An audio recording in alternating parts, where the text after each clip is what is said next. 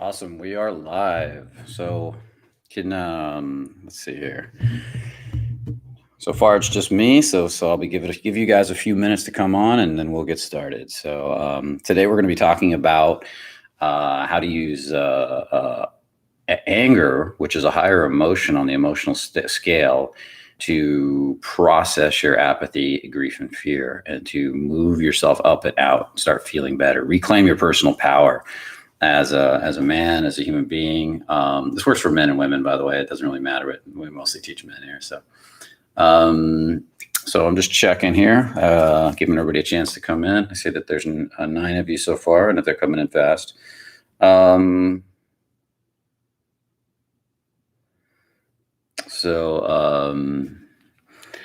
to the call, and go ahead and put a comment in the chat box if you can hear me. If everything's good, I like to make sure everything's operational. I got a little bit of a different background today because I'm moving things around, and this is just a temporary kind of setup. I tried to get somewhere where I didn't get too much light pollution. All good, awesome. And Cairo, are you on there currently? Are you able to pick up on this? Six Tooth, Derwish Kurd, awesome. Recall Ham, I hear you. Good. Some of you I probably know from our Zoom calls, but you probably use different names. So I kind of memorized all your names on the Zoom calls, but I don't know your names here. So if you're on the Zoom calls a lot, don't put the name you use on the Zoom calls. Anyways, this was kind of last minute. I don't think all the marketing went out for it, so I don't expect a lot of people. We're already up to 18, so we're just going to kind of see where it goes. Good. Glad the audio is working. That's why I got this mic. And we're going to dive in from here. Cairo, are you on the call? I think I might be on this one alone for now until somebody on the team joins in. I always like somebody on the team in the chat to answer your questions when I miss stuff and to help you guys with any questions you might have while I'm teaching. But hey, Anthony, good to have you, man. And so the question I have for everybody that's on this call: how much experience do you have with revealing, releasing, letting go, anything like that? Do anybody on this call currently have no experience at all with it and don't understand what it is? Because that's really what Tuesday night calls are about for the next few weeks, is about little bits of understanding, revealing, releasing a little bit better. So does anybody on this call have any training or teaching in this area? Okay, I'm going to assume no at this point. What revealing is, or releasing is this basically, if you have a thought, I don't like myself, or you have a thought, I can't approach women. Let's use that one because it's really common. I can't approach women. Women won't like me. Women won't talk to me, that type of thing. Then what revealing is that thought. The only reason it hangs around and the only reason it holds you back is because it's attached to certain emotions. So it's like this, like there's you have the thought, women won't like me. Then you get angry. And then because you're afraid to be angry, you collapse into fear. And then from fear, you even repress more, and you'll go down to apathy, which is you're numbing out the emotions, and eventually you're holding on. So there's this numb, apathetic, like, I can't approach women. What's the point? I can't do it. And if that feeling doesn't feel good, but if that feeling wasn't there and you said, I can't approach women, and there was no feeling attached to the thought, what would the thought do? It would just float away. It wouldn't bother you. I mean, literally, if you're sitting there and you see a cute girl and you have no fear of girls at all, and you say, I can't approach women, you'd be like, yeah, bullshit. And you'd go walk over there and you'd approach her, right? And so the only thing that really holds these negative thoughts back is your emotional relationship to them, the way you feel inside. Apathy, fear, like, oh, she's going to reject me. And then you feel fear.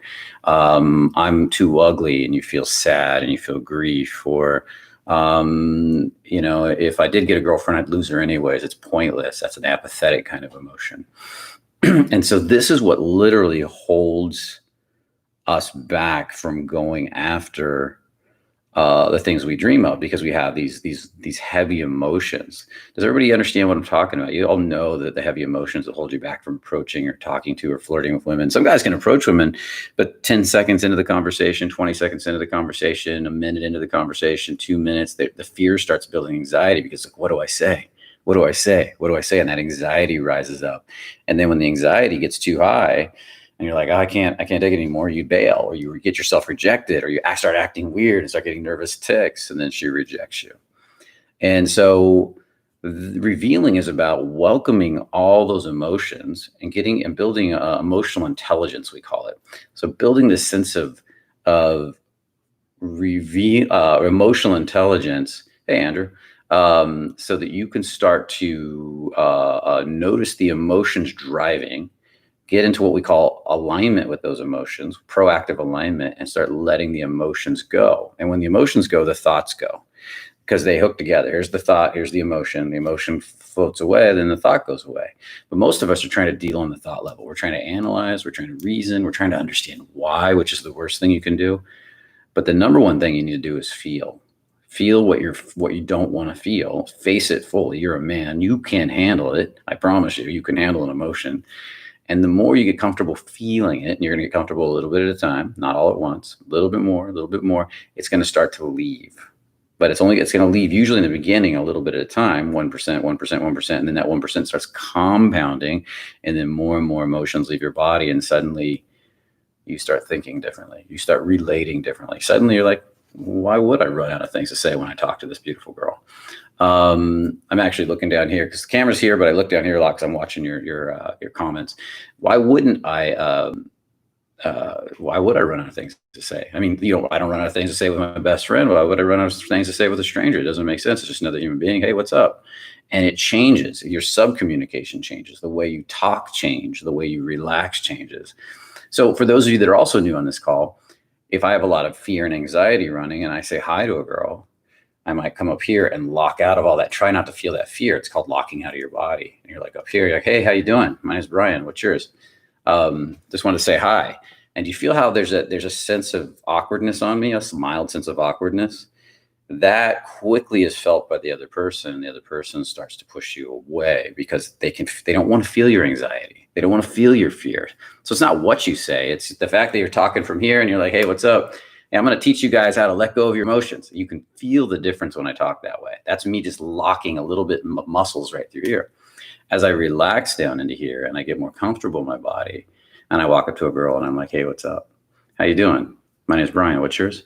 Hey, I have a quick question for you. And there's a different sense of energy on the body. Why? Because I'm feeling the whole body and talking to her. So the revealing process, the releasing process is moving through all of these emotions and slowly letting them go a little bit at a time, which then makes you more comfortable in your body and better able to connect to other individuals. I'm going to take a quick look at the chat. I do get relaxed when that happens and not say anything. I'm not sure what you mean by that. Andrew, okay. Some guided in my opinion. Okay. That happened to me on the spot. Hey, Brian.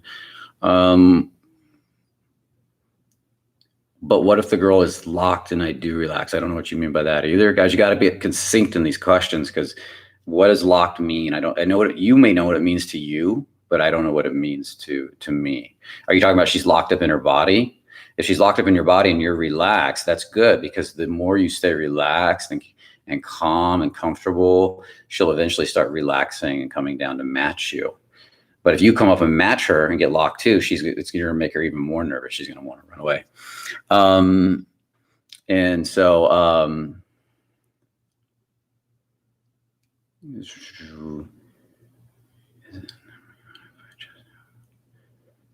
it's not numbing out if you have nothing to say back, Andrew. Look, it could be. Like, I can sit there and numb out and freeze like this. This is the look of freezing. Or I can sit there and relax and say nothing and just enjoy the person and really enjoy my emotions and the flow of my feeling. One will push the person away. The other will pull the person in. I've tested this many times. I'll just stop talking and wait for the other person to start a conversation, and I'll stay relaxed. I'll enjoy them. I'll be comfortable. I've demonstrated it for people. I'll say, here, watch, I'm going to go talk to this girl, but I'm going to say one thing, and then I'm just going to stand there and not say anything else and see what she does. And it has a powerful effect. It's when you can stay relaxed in your body. Okay, so I'm going to go on a little bit. The basic idea is And yeah, so that's basically what I said there. You feel her anxiety. That's very common. A lot of times when guys approach, the girl will be more nervous than you. A girl doesn't want a guy. Typically, most women, there's exceptions to every rule. Most women don't want a guy that's more insecure than they are. They want a guy to be more confident than they are. That doesn't mean more money. That doesn't mean more success. That means he's able to handle more tension and deal with more the external world better than her, as far as like so she can, as far as like, let's say a rude waiter or somebody being loud or difficult situations. This allows her to become more feminine for the person that can do that. So as the guy becomes solid and is dealing with the outside world, she can become more of a girl, and she does that for you and wants to do that for you. She wants to dance for you. She wants to be pretty for you. She wants to be feminine for you. Doesn't mean she can't do her own masculine, but when she doesn't have to, it feels really good to her body to become more feminine. And whoever is creating the safe space for her to do that is who she wants to do that for. That's why girls, we talk about getting her to feel like a giddy little girl, acting goofy, because you're grounding her so well. So this is kind of the idea. Now, what we're going to take a look at is this idea of anger as an energy. How many of you guys out there would say you are nice guys? How many of you guys would say you're nice guys? Like you're nice to a fault. You're always trying to make everybody happy. You're always trying to, like, where do you want to go to dinner? Let me take you to dinner, just wherever you want to go, or hi, and like we can go out Tuesday, or we can go out Wednesday, or we can go out Thursday, or that type of stuff. So how many of you guys, write in the chat if you are or are not. Say not, yes, no. I know I'm not. Okay, good. We got a few nods. I'm a nice guy. Awesome. If you are a nice guy, you should read the book No More Mr. Nice Guy. Unfortunately, I am. Most of the people that come to Fearless are nice guys. I'd say more than 60, 70%. And the rest, the people who aren't nice guys who have trouble with women typically are too numbed out. And that's why they're having trouble. They push and they're really good with tension, but they can't calibrate and adjust. And so those are the two cool problems. Now, in this case, what we're going to talk about is, I'm glad. Thank you, guys. What we're going to talk about is the nice guy syndrome. Now, the nice guys, let me go back over here and show you something. I always get confused as to where to start with the revealing process when the audience doesn't know much. If the audience is trained in it, I can jump right in and talk about all kinds of stuff, because I can teach this over, I got a 3-day weekend where we'll spend a whole weekend just really mastering this. So what I want to show you right now is I've got this form here. These are your emotions. We call it the emotional scale: apathy, grief, fear, lust, anger, pride, courage, acceptance, love, peace. Heaviest to lightest. Okay. If you're up here with approaching women, talking to girls, you're going to feel really light to them. You're going to feel really open. You're going to feel really fluid. You're going to feel really flowing. If you're down here, you're going to feel really heavy. So if I walk up to a girl and I say hi from down here, fear, apathy, and grief, then what's she going to do? I try to talk to her, have a conversation. She's going to push me away. She's going to want to leave. She's going to want to go away, because this doesn't feel good, guys. It doesn't feel good to other people, unless you meet a girl that's really also heavy. Maybe you're apathetic and you meet a really apathetic girl and you have an apathetic relationship, which sucks. But most of the time, that sucks. If we're up here, this is where we're free and we're open and we're like, hey, what's up? How you doing? Oh my God, you're super cute. What's your name? If I'm down here, I'm like, hi, my name's Brian. I just want to say hi. And you can feel the difference in my subcommunication when I do that. In here, lust, anger, pride, this isn't the area that every nice guy avoids. Okay. So down here is nice guy territory: apathy, grief, and fear. Your average nice guy, when they talking to girls, trying to make people happy, they have this feeling of fear whenever they make somebody unhappy, when they say no, when they set a boundary, when they tell a girl, when they walk up to a girl just to say, hi, my name's Brian. What's your name? There's that sense of undertone of fear going on. Like, I don't want to upset you. I don't want to bother you. The bad boy, on the other hand, maybe he's up here in anger, pride, or courage. He's like, I don't care if I bother you. I want to bother you. Matter of fact, the more I bother you, the more likely you're going to get triggered, and then we're going to have a conversation. We're going to get to know each other, or you're going to have fun, or something's going to happen. So, hey, what's up? And, oh, you don't want me to talk to you? Well, okay. Why not? You're cute, man. Look at you. And they just don't give a fuck up here, right? But down here, oh, I'm sorry, I didn't mean to bother you, and you could feel that difference in energy between the two and then communication. So we want to look at for you guys is shame and guilt are a product of grief and fear right in this area right here. Okay. And the moment a nice guy or the path out to becoming really good at approaching women, becoming solid with women, becoming powerfully confident at conversations is getting up here with your emotional relationship to women, to communication. So what happens is we come up here and we want women. Okay, I'm lusting for women. I want to meet that girl. But because I'm a nice guy, I have a lot of shame. I have a lot of guilt. I have a lot of fear.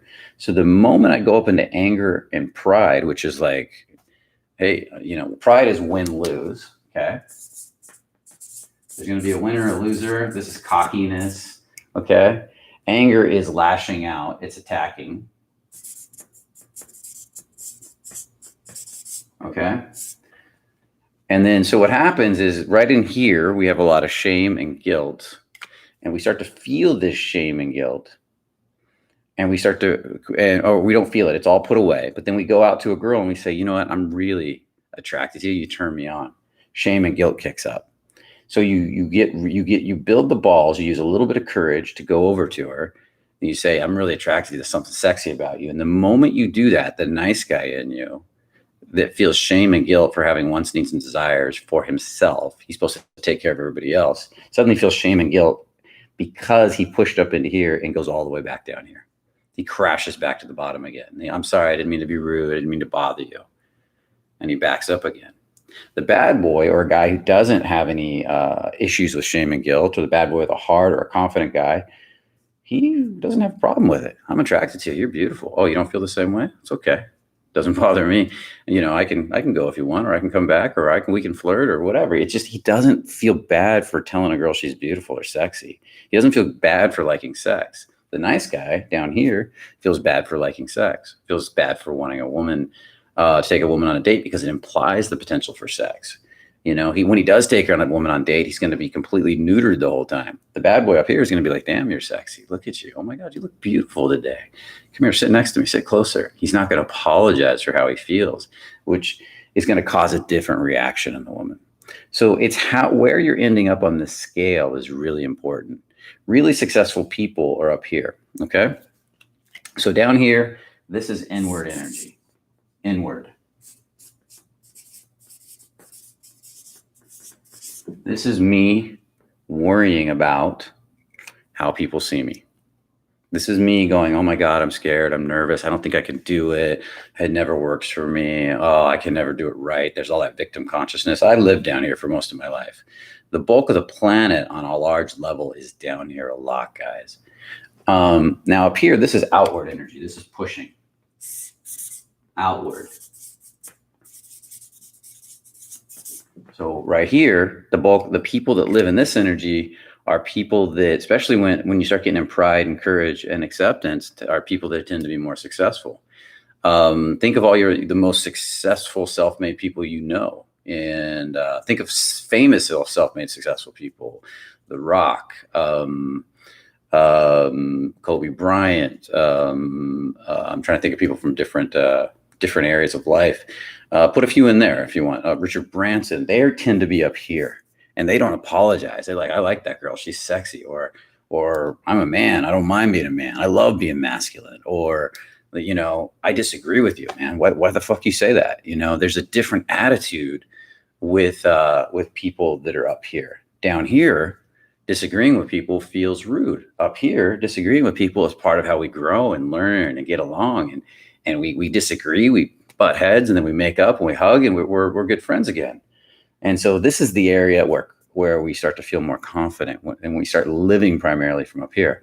So this is outward pushing energy. I'm going to go get it. I'm going to make it happen. This is going to happen. Down here, yeah, when I run out of money, I guess I'll figure it out. I don't know what I'll do.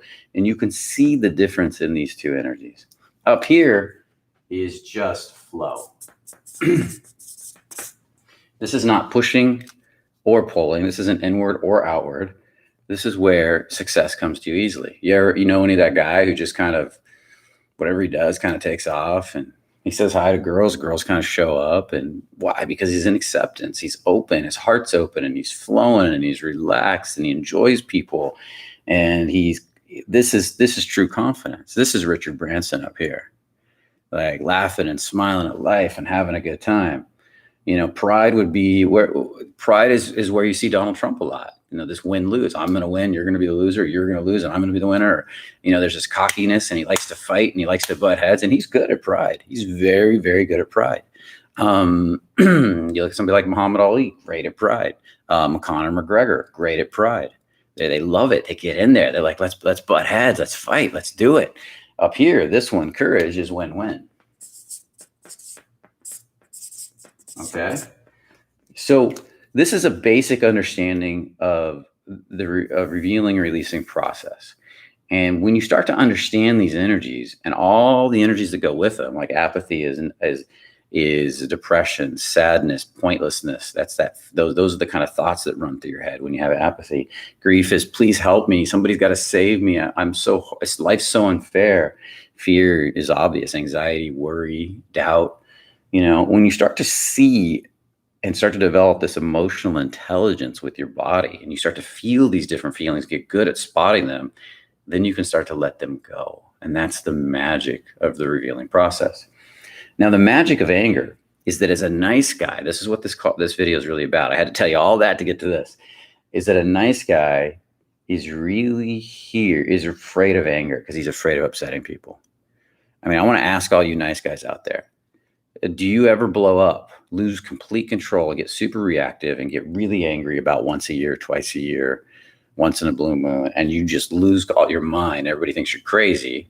And then you go into shame, and then you pack it back down again. So right in there, if you do that, right in there, just anybody that does that. Yeah, Arnold Schwarzenegger, Sylvester Stallone, yeah, every couple of months. Okay, good. So what's happening there is nice guys have been taught their whole life that they are number two, that everybody else is more important than them, and their job is to make everybody else more happy. So what they do is they repress all their courage, their pride, their anger, anything that could upset another person, that could bother another person. They push it down, push it down, push it down, push it down, push it down. Okay? And then what happens is because they're being so nice to everybody. Oh, you need me to do this? I'll do it. Or, oh, you want me to give up my weekend to help you move? Or oh, you want me to buy you dinner? And oh girl, I'll buy you another drink. I'll buy you another, just for your attention. I'll buy you another drink. I'm taking it to the extreme. But deep down inside, they're getting angrier and angrier at the world a lot, or at certain people, because they're feeling taken advantage of, because they don't say no, they don't set boundaries. And that anger is being added to the pot a little bit all the time. They're pushing it down, saying, I'm not angry, I'm good. I'm the nicest guy in the world. Matter of fact, all your friends would describe you as super nice. The guy that ends up in the tower with the gun shooting everybody. Oh, he was so nice. I can't believe he did that, right? And so there's that sense that they're always just pushing their anger down, pushing their pride down, pushing their lust down, their wanting and their desires for things. And they're saying, okay, I'll come take care of you. I'll come do that. I've seen clients come in that have given up their whole lives to take care of their families, to take care, every part of their lives. Like they have to buy a house for their parents. They have to do this, they have to do that. And they don't even have the money. So they're literally living in the smallest bedroom in the house they bought for their family, struggling to get by. And they got a great job, but they're spending all their money to take care of everybody else because that's what's expected of them. And in that, they're miserable. And so this is an example of the nice guy syndrome. I've seen nice guys marry women, and they just buy everything the woman wants, hoping it'll make her happy, but she's just getting more upset and angry the more he does it, because he's never ultimately getting out of here. He's never telling her what he really wants, what he really likes, who he really is. He's trying to be who the other person, her in this case, wants him to be. And that's the problem. A few times a year. It was supposed to be, there's another talk in Zoom at 6 p.m. Kadir. That's a different one. That's the Brotherhood talk. That's not me. Kal-El, hey buddy. I cut this shit a long time ago, never looked back. I chose myself and others. And is this the Kal-El I think it is, by the way? I'm assuming it is. So it's great having you on the call, dude, if it is. You were, Yeah, that's Cal. Is our vulnerability coach. He's one of our coaches, guys. So, so, so when you start getting comfortable, even only 1% at a time, guys, a little bit at a time, with your anger and your lust and your pride, you start putting it out there. You start telling the world, yeah, maybe you walk up to a girl and I just think you're cute, man, and I'm not going to apologize for it anymore. Or I think you're sexy. Or, you know what? I'm going to say no this weekend to helping you move because I'm taking it for me. I'm going to get a massage and relax. And that you'll feel like shit the first time you do that. Or, you know what? I'm not buying you a drink tonight. I remember the first time I used to be so nice. And I remember telling girls, no, I'm not buying you a drink. I don't want to buy you a drink. That's why. Why not? Because I don't want to. And I started owning that stuff, or I started setting boundaries. And there's a sense of fear and then a rush because you start to realize you have the right to disagree, to say no. And the more you do that, the more attractive you become. First thing that'll happen is you'll experience anger. A girl might try to take advantage of you, or might even not even try to take advantage of you, but you might just let her. Like you might walk up and say hi to her at a bar, and she's like, hey, buy me a drink. And you're like, okay, I'll buy you a drink, because you feel like you should, because you're a nice guy. But the first time you get a little angry, maybe like, why would you ask me to buy you a drink? I've just met you. Like, at least get to know me a bit first. And then she gets, whoa, dude, back off. But that anger is the nice guy starting to break out, right? So what can happen that's really powerful is as you get more comfortable with your anger and you start relaxing into it, and she says, will you buy me that drink? Buy me a drink. Well, if you want to talk to me, buy me a drink. And instead of getting angry, you get more confident. You feel the anger, which is intensity. All three of these energies right here, this one to this one, are all intensity, right? There's not much difference between anger, pride, and courage, other than this one, you're lashing. This one is win, lose. I'm going to beat you.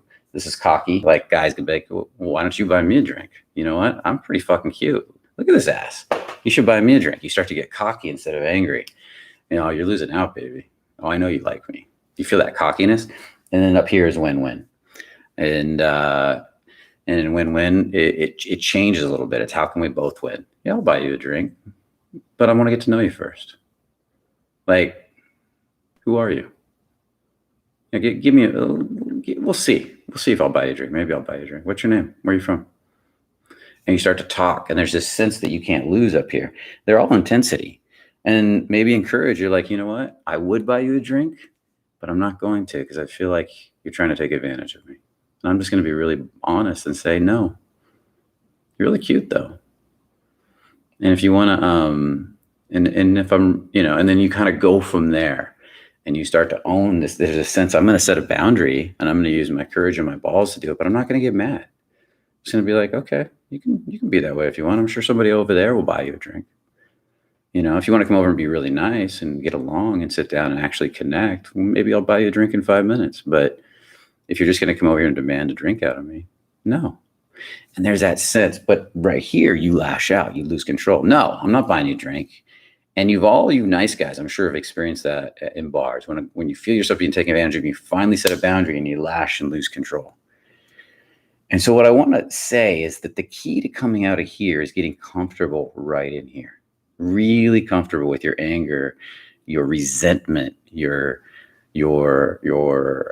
even your rage, and not losing control to it, but welcoming it, getting comfortable 1% at a time, welcome it a little bit more, sit with it, meditate with it, while keep welcoming it up. You might feel nothing at first. You might be so nice. You're like, I don't ever get angry. What are you talking about? And all your friends know how much anger is inside you.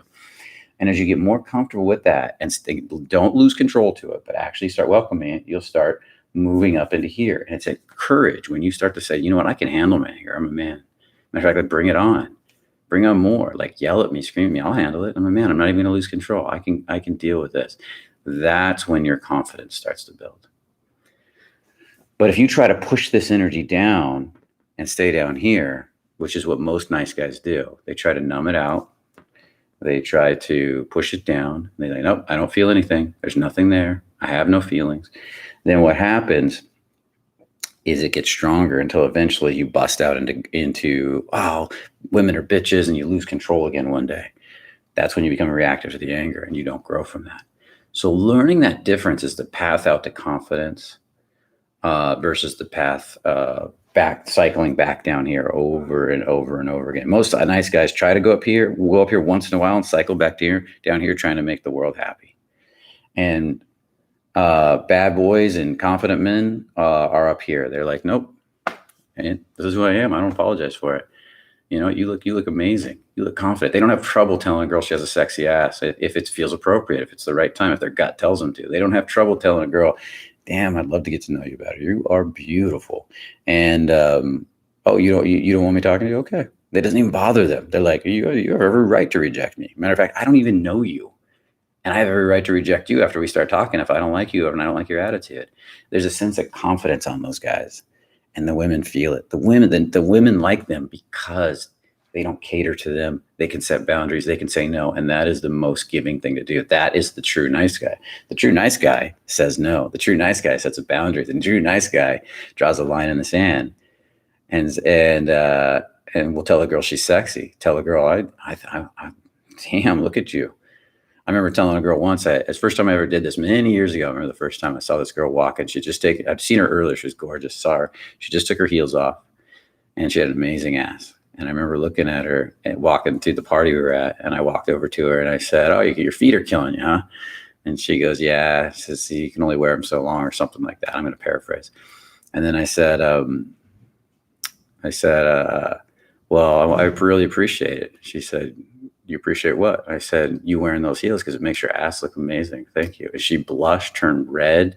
We ended up flirting all night. She loved it. And that was my first time ever really pushing the boundary like that many years ago. And I probably pushed it sometimes before that. Actually, no, I know I did push before that. That was one time. The one time that really stood out for me. And she loved it. And we connected, got her phone number. And unfortunately, she lives in Florida. I lived in California.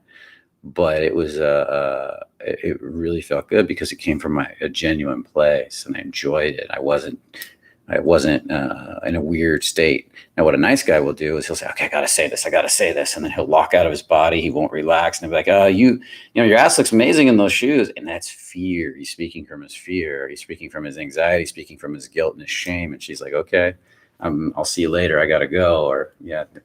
And there's a big difference there. That's the difference in the emotion. So getting comfortable with these emotions means feeling where you're closing off with them in your body. Like, I don't want to feel the anger, so I tighten up all my muscles around my heart or my stomach or wherever I feel uncomfortable, so I don't feel. That causes numbness.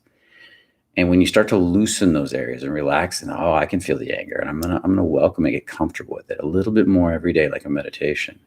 And then pretty soon you start to get control of that anger. You start to realize you can handle your anger. You don't have to be reactive to it. You can be like, okay, it's powerful, but I can ride it. And as you do that, it starts to turn more and more into courage. As it turns more into courage, you can start to face your victim consciousnness, your insecurities, your weakness. You get more confident and more powerful.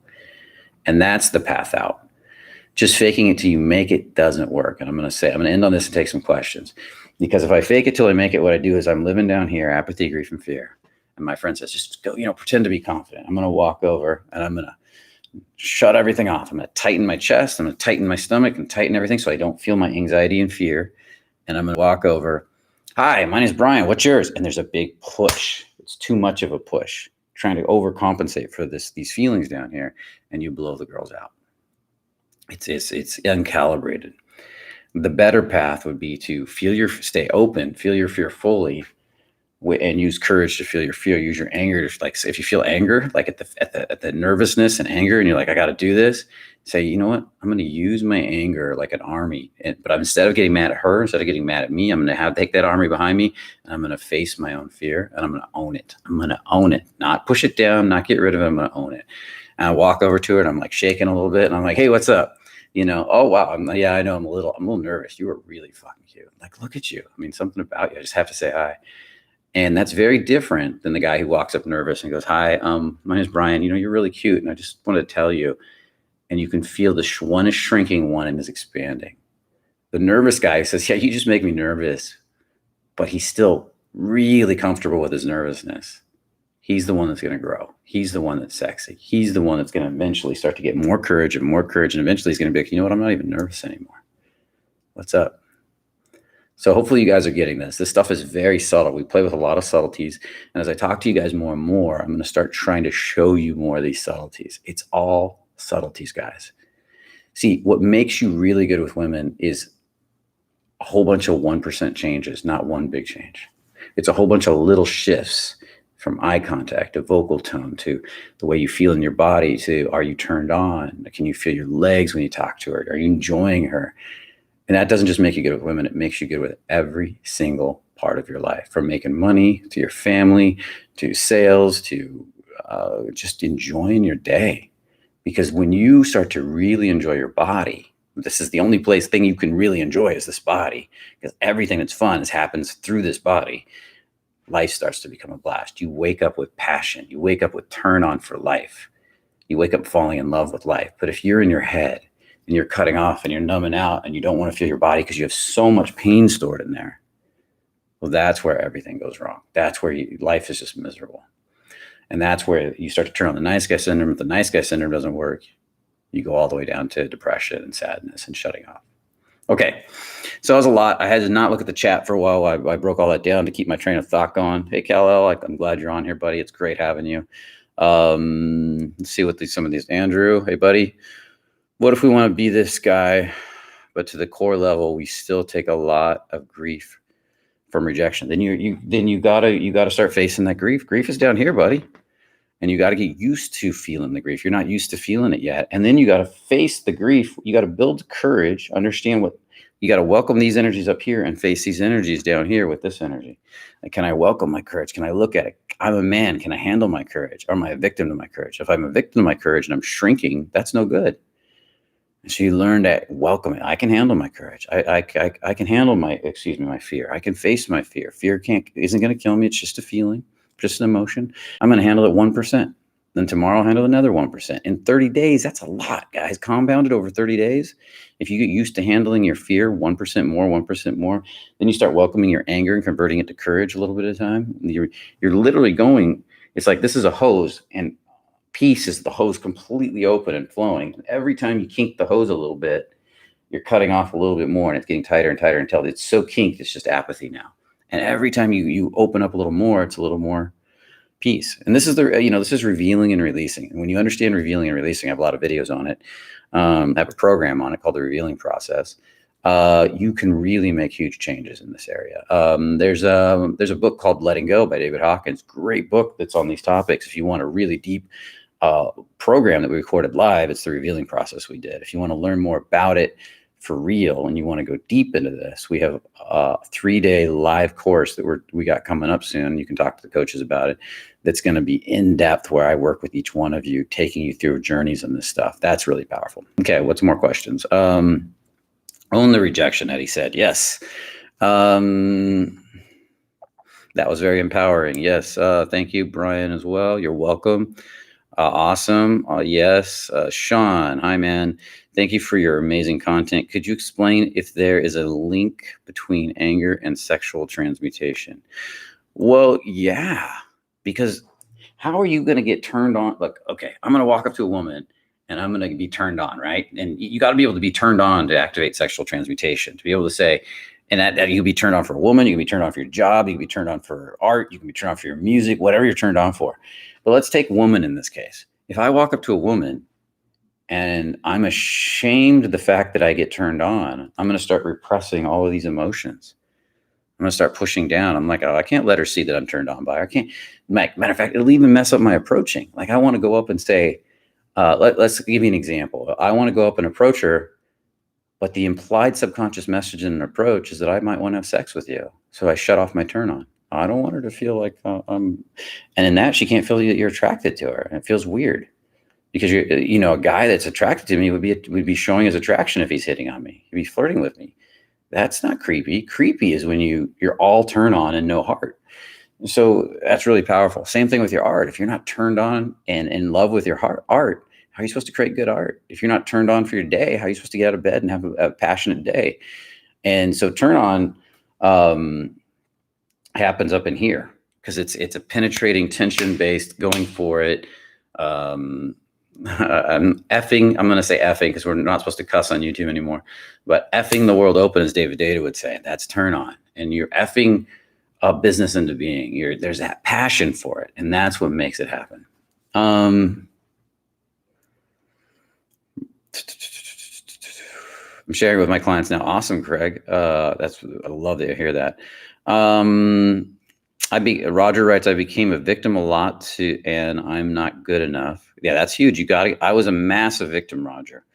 That's all I thought about, is how life was rough and it broke me down. A victim is just a way of thinking. It's all it is. And when you stop being a victim and you act as if, I'm not saying it's true, but you act as if you create, I do believe it's true though, act as if you created every experience in your life, then you could start to create new experiences. You're saying, if I created all these experiences, I can create any experience I want. And that's powerful. Is there any way to remember more effectively? This is a very interesting question, Roger.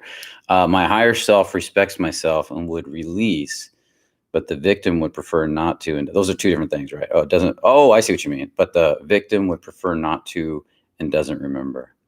You're talking about bringing up repressed memories. Is that what you're talking about, Roger?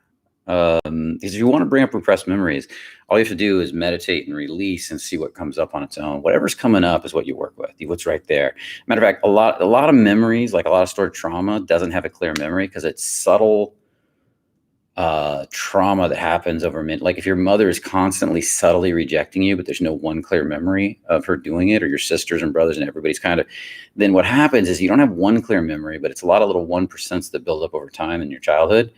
And you model it, so you don't have a clear memory, but you can start, like, as I started to welcome back my anger and getting comfortable with my anger and started processing my anger, feeling my anger, what I did, which was super important, was I couldn't remember a ton of direct memories, but I'd say, you know what? I feel like I got resentment here. I feel like I'm a little angry here. Like it's 1% or 1/1000th of a tiny bit, but you know what? I'm going to welcome it. I'm going to welcome it again. I wouldn't discount it, and I'm going to welcome it. You know what? I want to get away from that person. Why? There must be some anger that's causing me to want to leave that person, to push that person away. I'm going to welcome that anger, even if it doesn't feel like much. And then I'm going to see if I can let some of it go. And that's the process of releasing, is letting it go. And then as it lightens in my body a little bit, even a hair of a percent, like a tiny bit, done consistently all day long over time, is like a meditation. You really start to feel the difference. A big, huge shift happens inside. And that's what's huge. Yeah,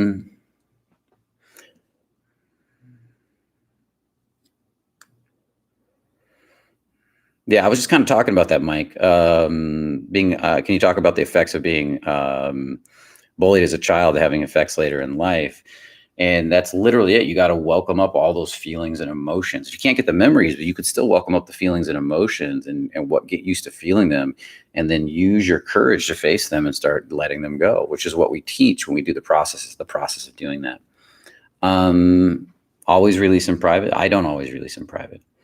Palmer.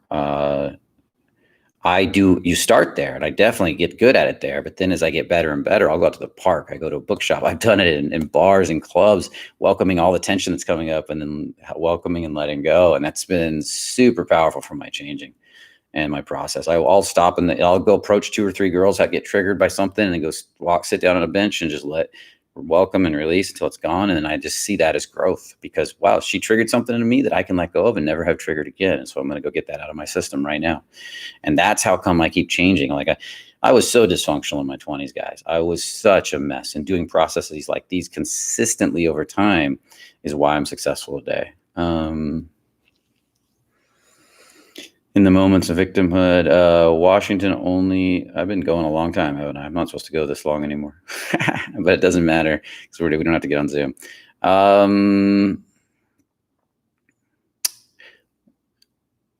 Kadir, I took the 3-day releasing program. Definitely recommend it to everyone out there. Yes, and that's coming up in about 2 weeks. If anybody wants to get involved in that, we have a 10-man group, just 10 people and me. It's going to be online. I have a big screen TV so I can see your faces huge in front of me, and I can work with you directly, and everybody gets worked with directly. It's a very powerful process. So if anybody wants to get in on we have the recorded program.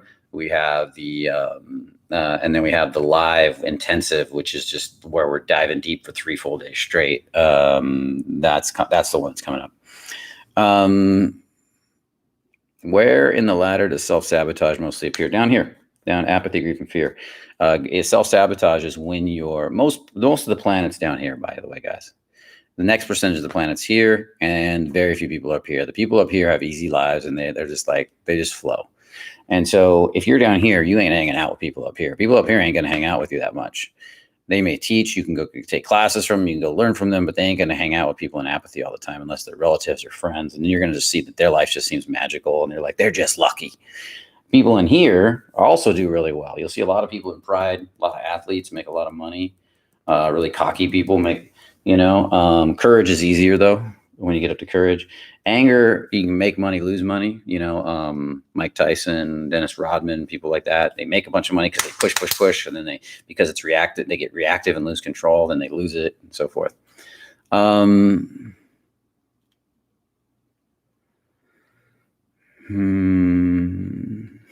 You're welcome to ask a question, Ken. Don't make yourself less than anybody in here. Everybody has the right to ask a question. So that sounds like you're being nice there, but don't be a nice guy. Get in here and ask a question. Get your answers answered. Kludgy Brains. Brian, could you do a video on heartbreak?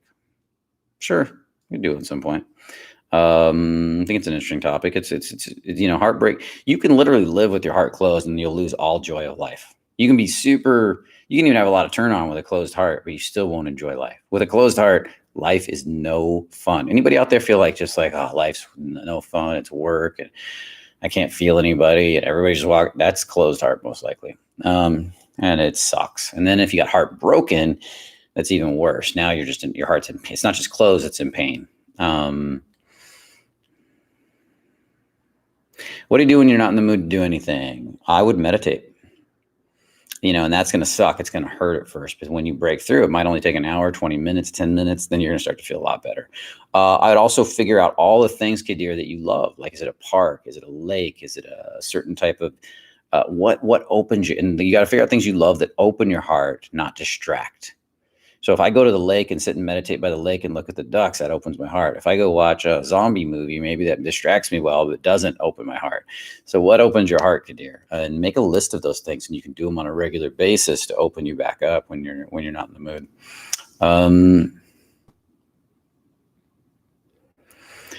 Is feeling the emotion enough to release? Yes, if you are really good at feeling. There's a lot of people that feel from their head and don't know how to feel their bodies. And that's a big problem in today's world, man. Learning to actually truly feel what you're feeling allows others to see and feel what you're feeling while you're feeling it. Feeling from your head, everybody can see you're thinking about feeling, but you're not really feeling. You're looking at it from a distance, and that will not cause a release. Also, if you don't have a lot of experience feeling your body because you've been in your head for so many years, at first it's going to be overwhelming, and you're not going to be able to fully feel any one emotion. It's going to be a lot, and then you're going to have to learn to relax into that. That's the process of learning to build energetic embodiment. We call it learning to feel your body again. Most people need some of that. Ever encounter women running away? Yeah, of course, all the time. Women love to run away, especially physical tension. The domain of the masculine is physical tension, fighting, building, hunting. The domain of the feminine is emotional tension. And they love to get in there. Let's talk about our emotions. Let's dig in. And that's where guys want to run away. So, and that's their gift to you. It's helping to take you into the emotional places you're avoiding so you can grow. And your gift to them is dealing with all the physical tension so they can grow. Think about that for a minute. And when you give each other your gift, you create an awesome conduit that's between each other and growth, and amazing growth.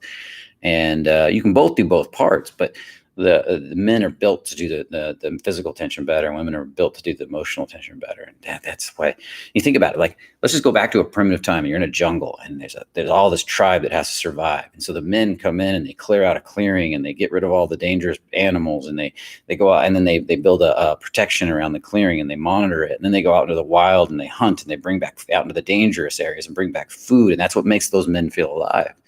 And they're providing for the village. And then inside that safe area is the older people, the women, the children, all the vulnerable emotional pieces that are learning, that process feeling and do subtleties and keep it. And they do all the subtleties so these men can go out and fight the world.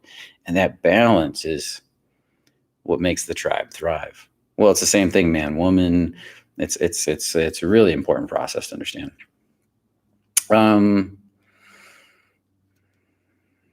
Okay, I'm gonna have to end soon. Let me just take a look at a couple more. What techniques do you use for breakups? I ask myself a simple question.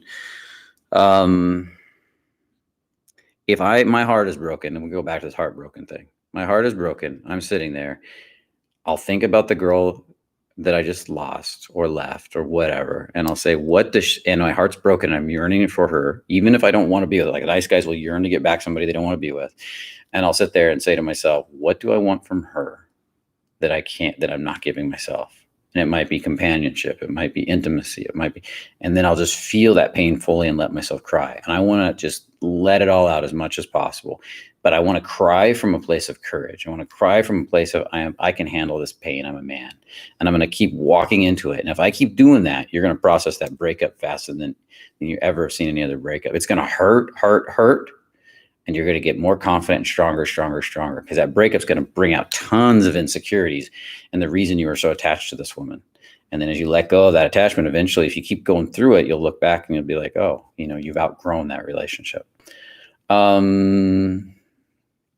important is diet in carrying negative emotion? It can be massive, Mike, depending on you. If you've got a lot of gut problems, dietary problems, I highly recommend you get that balanced out. It'll make healing so much better. I'm not saying you couldn't do deep meditations that heal your body without fixing the diet, but it's a lot harder. If you get the hormones balanced from diet, if you got insulin problems, and a lot of people do, insulin resistance today, and all that stuff going on, you got bacteria in the gut, you got too many chemicals in the cells and tissues of the body, because we have chemicals everywhere in society today, and you don't detox. As you get all of that out, and your body starts to open up and relax more because all that's getting balanced. You got good cortisol balance to DHEA now, and the DHEA and the cortisol in the morning, and all that flows. You're going to process emotions 1,000 times faster. It's ridiculous the amount of change you can get. So great question. Okay. I plan by the week now, Roger. I know what my week is going to be before I start.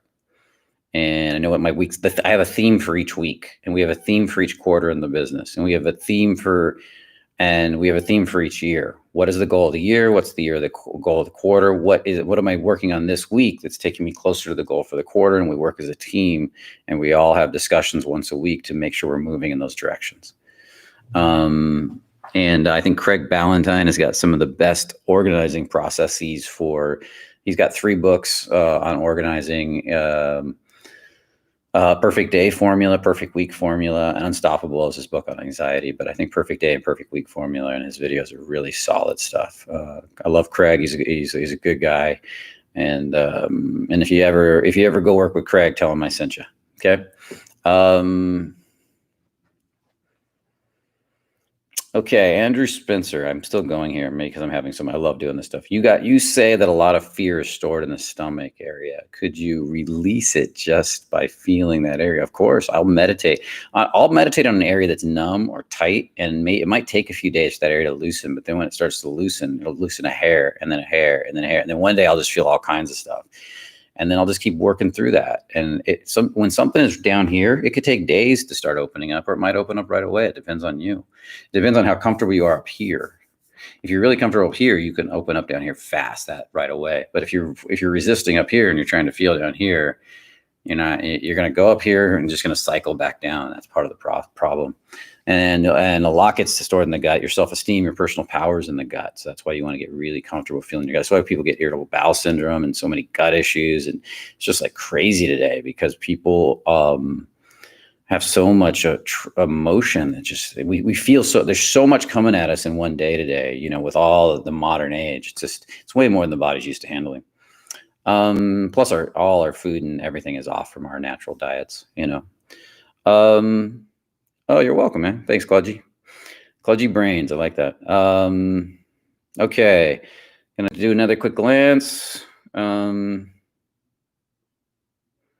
Is God an energy or personality? That's up to you to decide through meditation, dude. I can't answer that question for you. That's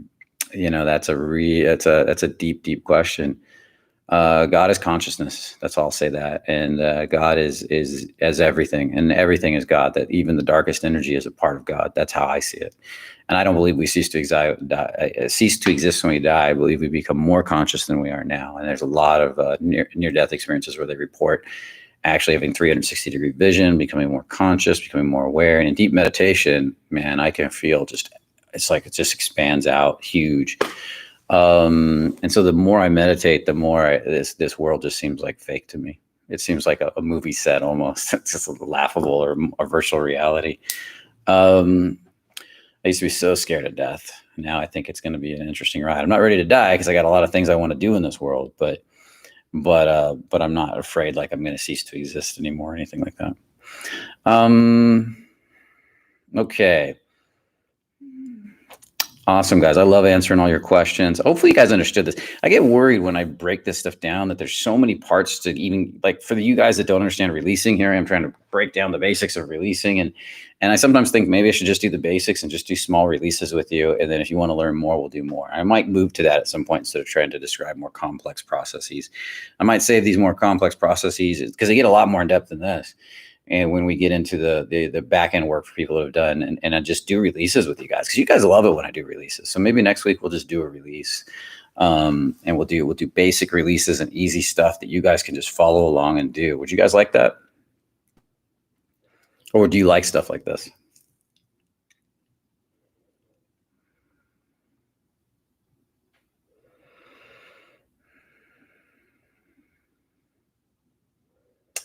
Okay.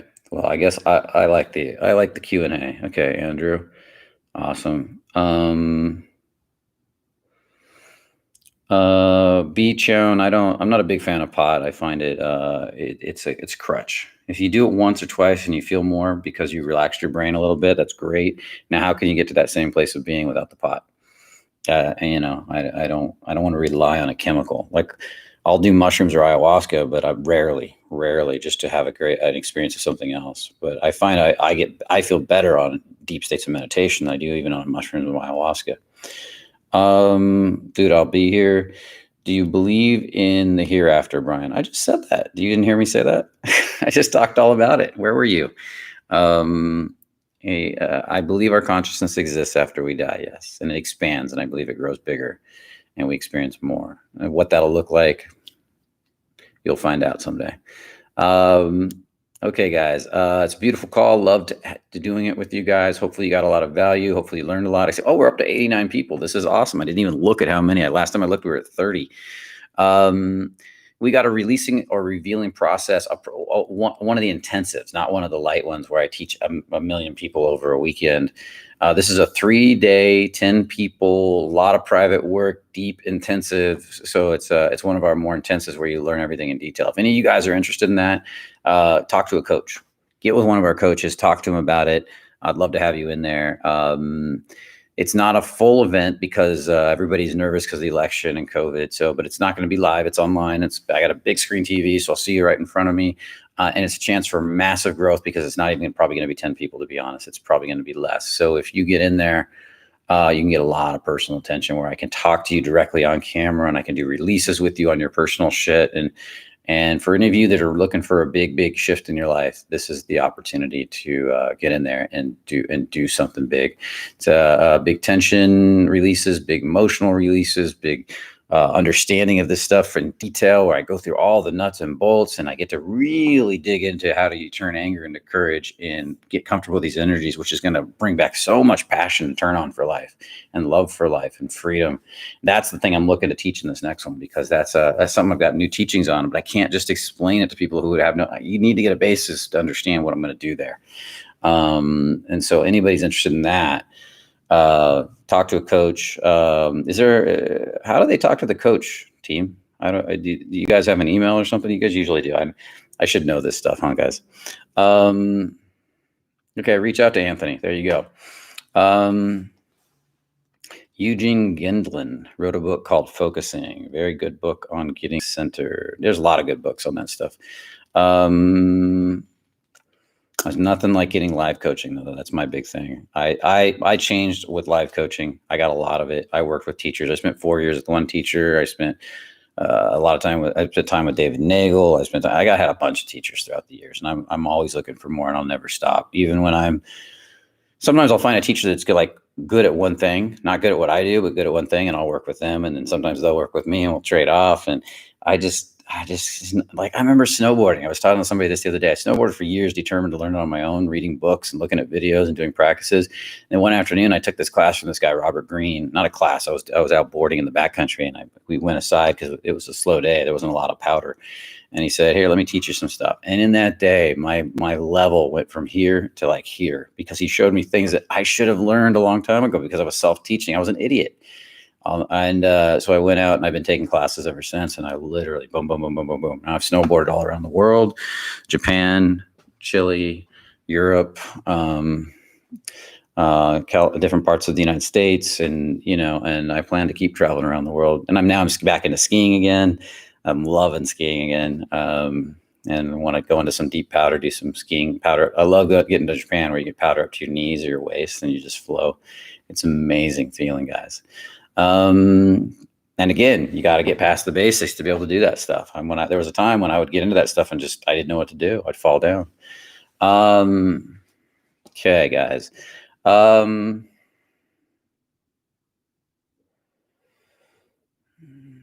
Yeah, James, we've talked about COVID hit and we stopped, and we'll probably look at some of that stuff after COVID again. And the election and COVID has slowed everything down a lot right now.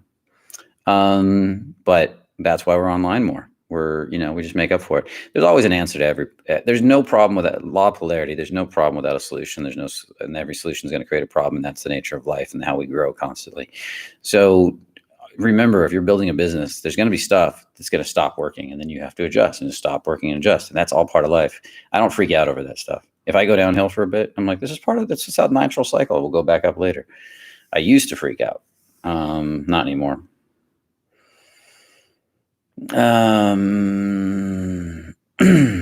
I played with EFT. I used to do a lot of EFT. I don't do it anymore.